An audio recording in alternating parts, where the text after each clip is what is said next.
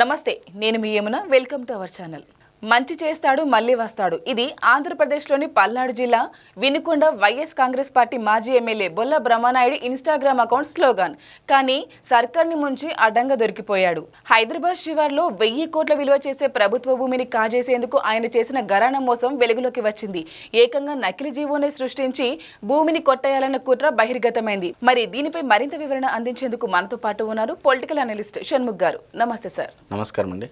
మరి మాజీ ఎమ్మెల్యే బొల్ల బ్రహ్మనాయుడుపై అయితే ఆరోపణలు వస్తున్నాయి. మరి దీని వెనుక అతను ఒకడే ఉన్నాడా లేక రాజకీయ వ్యవస్థ మొత్తం ఉందా? దీనిపై మరింత సమాచారం అందించగలరు. జగన్మోహన్ రెడ్డి గారేమో మా నాయకులు మంచోళ్ళు, ఆర్థిక పరిస్థితి అంతంత మాత్రమే, సౌమ్యుడు అని చెప్పేసి 2024 సార్వత్రిక ఎన్నికల ముందు ప్రతి ఒక్క నియోజకవర్గంలో ఇదే మాట చెప్పడం జరిగింది.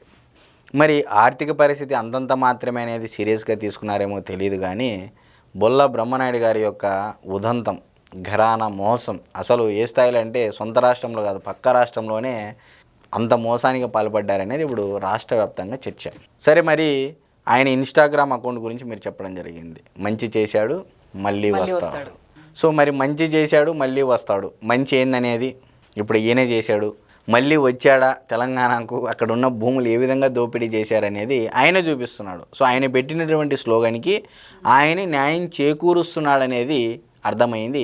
అతి ముఖ్యంగా వినుకొండ ప్రజలు ఇది తెలుసుకోవాలని చెప్పేసి నేను కోరుతా ఉన్నా. ఈ రోజుల్లో ఒక నాయకుడు ఎలక్షన్లు ఖర్చు పెట్టడానికి election commission of India rules ప్రకారం, అంటే నామ్స్ ప్రకారము, ఒక నియోజకవర్గానికి 28 లక్షల నుంచి 30 లక్షల రూపాయలు ఖర్చు. అది election commission of India norms ప్రకారం. మరి ఈరోజు ఒక నియోజకవర్గానికి ఖర్చు పెట్టాలి అంటే దగ్గర 50 నుంచి 100 కోట్లు ఖర్చు అవుతూ ఉంది. మరి బ్రహ్మనాయుడు గారైనా ఏ విధంగా సంపాదించాలండి? ఏ విధమైనటువంటి వ్యాపారాలు చేస్తే వస్తాయి? కాబట్టి హైదరాబాద్లో ఉన్నటువంటి అంటే ఎలాంటి వ్యక్తులు, ఇలాంటి వ్యక్తులను పోషించినటువంటి జగన్మోహన్ రెడ్డి గారి గురించి ఒకసారి ఆలోచన చేయాలి. అంటే మనం ఒక ఒంటరిగా కూర్చున్నప్పుడు కూడా ఎలాంటి వ్యక్తులను మనం ఎన్నుకుంటున్నాం అనేది ఆలోచన చేయాలని చెప్పేసేటువంటి ప్రాసెస్లో భాగంగా 1000 కోట్ల రూపాయలు విలువైనటువంటి ప్రభుత్వ భూమి గండిపేటలో ఉన్నటువంటి 1000 కోట్ల విలువ చేసేటువంటి భూమిని కాజేసేందుకు 35 కోట్ల రూపాయలకి డీల్. ఇది స్కామ్ కాదా? స్కామ్ కాకపోతే అంత విలువైనటువంటి భూమిని కొనేటప్పుడు, అగ్రిమెంట్ చేసుకునేటప్పుడు లింక్ డాక్యుమెంట్లు వెరిఫై చేసుకుంటారు అనేది ఏ రిజిస్ట్రేషన్, అంటే కొత్తగా భూములు రిజిస్ట్రేషన్ చేసుకున్న వారిని ఎవరిని అడిగినా చెప్తారు. మరి లింక్ డాక్యుమెంట్లు లేకోకుండానే అది కోర్టులో ఉండంగానే మరి 1000 కోట్ల రూపాయలు విలువైనటువంటి భూమిని 35 కోట్లకే ఎకరా 3.35 కోట్లు డీల్ చేసుకున్నారు అంటే ఇంకా అర్థం చేసుకోండి ఈ స్కాము తాలూకా ఏ తరహాలో ఉంది బ్రహ్మ. విచిత్రం ఏంటంటే తెలంగాణ పోలీసులు కూడా ముందు రోజు ఆయన ఆంధ్రప్రదేశ్ రాష్ట్రంలో వైఎస్ఆర్సీపీ పార్టీ పిలుపునిచ్చినటువంటి కార్యక్రమాల్లో పాల్గొంటారు. పొద్దున సాయంత్రానికి ఆయన పరారులో ఉంటారని చెప్పేసి పోలీసులు ఇస్తారు. ఒకవైపు ఏమో డిఎస్పీ గారు, డీసీపీ గారు ఈయన పాత్ర ఉంది స్కామ్లో అని చెప్పేసి ఆయన ప్రెస్ మీట్ ఇస్తారు.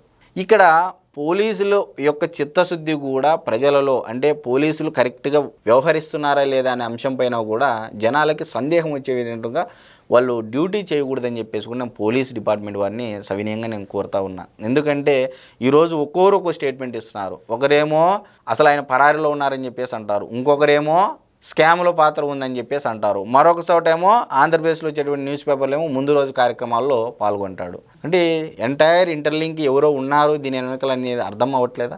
కాబట్టి తెలంగాణ పోలీస్ డిపార్ట్మెంట్ వాళ్ళని కూడా నేను కోరేది ఏమనగా, బొల్లా బ్రహ్మనాయుడు గారు పొద్దున కనపడడం సాయంత్రానికే మాయమవడం అనేది ఇది ఆ రాష్ట్రంలో ఉన్నటువంటి పోలీసులకే సాధ్యమా, లేకపోతే దీని వెనకాల ఏమైనా ఉందా అని చెప్పేసి పోలీస్ డిపార్ట్మెంట్ పైన మరింత గౌరవం పెంచే విధంగా మీరు ముందుకు వెళ్ళాలని చెప్పేసి నేను కోరుతా ఉన్నా. మరి ప్రభుత్వ భూముల రికార్డులను మార్చగలిగే స్థాయిలో అవినీతి జరుగుతుంటే మరి రాష్ట్రంలోని మిగతా భూములను ప్రజలు ఎలా నమ్మాలంటారు? జగన్మోహన్ రెడ్డి గారు గతంలో భూముల రీసర్వే అని చెప్పేసి 100 సంవత్సరాల తర్వాత భూములు రీసర్వే చేయాలి, దానికి కేంద్ర ప్రభుత్వం ఇన్సెంటివ్స్ ఇస్తుంది, అంటే నిధులు ఇస్తుంది. ఆ నిధులు తెచ్చుకోవడం కోసం జగన్మోహన్ రెడ్డి గారు, సరే ఆయన ఉద్దేశం ఏదైనప్పటికీ, ఒక మంచి కార్యక్రమం పూనుకున్నప్పటికీ ఎండ్ ఆఫ్ ది డే చివరికి ప్రజలు ఏమని చూస్తారు, ఎటువంటి ఇబ్బందులు లేకోకుండా రైతులకి, ప్రజలకి ఇబ్బంది లేకోకుండా భూములు రీసర్వే చేయాలని చెప్పేసి ప్రతి ఒక్కరు కోరుకుంటారు. కానీ ఈరోజు కొత్తగా వచ్చినటువంటి కూటమి ప్రభుత్వం రెవెన్యూ సమస్యలు దాదాపు, అంటే ఇప్పుడు టీడీపీ హెల్ప్ లైన్ పెడితే 100కు 85 సమస్యలు కేవలం భూములకు సంబంధించినటువంటి సమస్యలే. పాత 1Bలను కాదని ఉన్నటువంటి భూములని అంటే వాళ్ళ కార్యకర్తలకు సంబంధించినటువంటి భూముల వరకు పర్ఫెక్ట్గా సర్వే చేసి మిగిలినటువంటి వారి అంటే రాజకీయంగా ఇబ్బంది పెట్టాలి, వాళ్ళు మనకు సరెండర్ కావాలి, రాజకీయం చెయ్యాలనేటువంటి ఉద్దేశంతో కొందరి భూములను ఇప్పుడు నా భూమిలో 1 ఎకరా ఉంటే ఆ ఎకరాలో కొంత భూమి వేరే వాళ్ళ సర్వే నెంబర్లో జరపడం జరిగింది. ఇవన్నీ సర్వే చేసినటువంటి భూములు ఇట్లా మార్చినటువంటి భూములని ఒక జాయింట్ ఎల్పిఎం ఇస్తారు. ఈ జాయింట్ ఎల్పిఎం ఇచ్చిన తర్వాత ఈ జాయింట్ మొత్తం ఎల్పిఎంకు ఒక సర్వే నెంబర్ ఇస్తారు. ఈ సర్వే నెంబర్లో ఒక 50 మందో, ఒక 100 మందో, 150 మంది ఉండారనుకోండి, ప్రజలు, రైతులు కానీ ప్రజలు కానీ, వీళ్ళందరూ ఎండార్స్మెంట్స్ తీసుకోవాలంటే వీరి యొక్క అనుమతి తీసుకున్న తర్వాతనే మరల భూములు రీసర్వే చేయాలి. వాళ్ళు అమ్ముకోవాలన్నా కొనుక్కోవాలన్నా ఈ యొక్క ఎండార్స్మెంట్ ఉండాలి, అంటే వీరి యొక్క అనుమతి ఉండాలి. ఇప్పుడు మీరు చెప్పండి, వైఎస్ఆర్సీపీ పార్టీ ఇలాగ దాదాపు రాష్ట్ర వ్యాప్తంగా 22 లక్షల మంది రైతులకు సంబంధించినటువంటి భూములు ఫ్రీ హోల్డ్లో ఉన్నాయి. ఇది ప్రభుత్వం దగ్గర కూడా చేరవేసే బాధ్యత మేము తీసుకుంటాము. ఎందుకంటే రాజకీయంగా గతంలో ఇదే అంశం పైన ధర్మవరం మాజీ శాసనసభ్యుడైనటువంటి కేతిరెడ్డి వెంకటరామరెడ్డి గారు భూములు 2034 వరకైనా నేను సమయం ఇస్తాను, భూముల సమస్యలు పరిష్కారం కావు అన్నారు. ఎందుకు కావు అంటే పాత 1Bలని కొత్త 1Bలని ముందు పెట్టేసుకొని పాత 1Bలు లేకపోతే సమస్యలు క్రియేట్ అయ్యే విధంగా వైఎస్ఆర్సీపీ పార్టీ చేసింది. కాబట్టి భూములు మోసం కొట్టేయడము, భూములు లాగేసుకోవడము, భూములను ఘరాన మోసం కొత్త ఫేక్ జీవోలను క్రియేట్ చేసి ఇవ్వడం అనేది ఆ పార్టీకి, ఆ నాయకులకు కొత్త ఏమీ కాదనేది ఆంధ్రప్రదేశ్ రాష్ట్రంలో ఉన్నటువంటి ఎగ్జాంపుల్ మీ ముందు ఉంచేటువంటి ప్రయత్నం చేశా. కాబట్టి ప్రజలకు నమ్మకం లేదు కాబట్టే గతంలో వీళ్ళు ల్యాండ్ టైటిలింగ్ యాక్ట్ తెచ్చారు.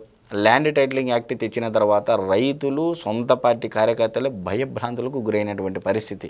కాబట్టి జగన్మోహన్ రెడ్డి గారి యొక్క పార్టీలో ఉన్నటువంటి నాయకులను, ఆ పార్టీని రైతులు, ప్రజలు విస్మరించారు కాబట్టే ప్రతిపక్ష హోదా కూడా లేకోకుండా చేశారు అనేది ఇది ప్రజలందరికీ తెలిసినటువంటి విషయం. కాబట్టి ప్రజలారా నేను చెప్పేది ఏంటంటే వైఎస్ఆర్సీపీ పార్టీలో ఉన్నటువంటి నాయకులు కానీ వాళ్ళు చేసినటువంటి స్కాములు, స్కీములు, ఆరోపణలు, అవినీతి, అక్రమాలు, దౌర్జన్యాలు, ఆగడాలు అనేటివి ఎలక్షన్ల ముందు ఇంకా చాలా బయటకు వస్తాయి. తవ్వగా ఇవి బయటపడుతున్నాయి. ఇంకా తవ్వే కొద్దీ ఇది తరగదు అని చెప్పేసి అయితే ఖచ్చితంగా చెప్పచ్చు. Thank you sir. నమస్కారం.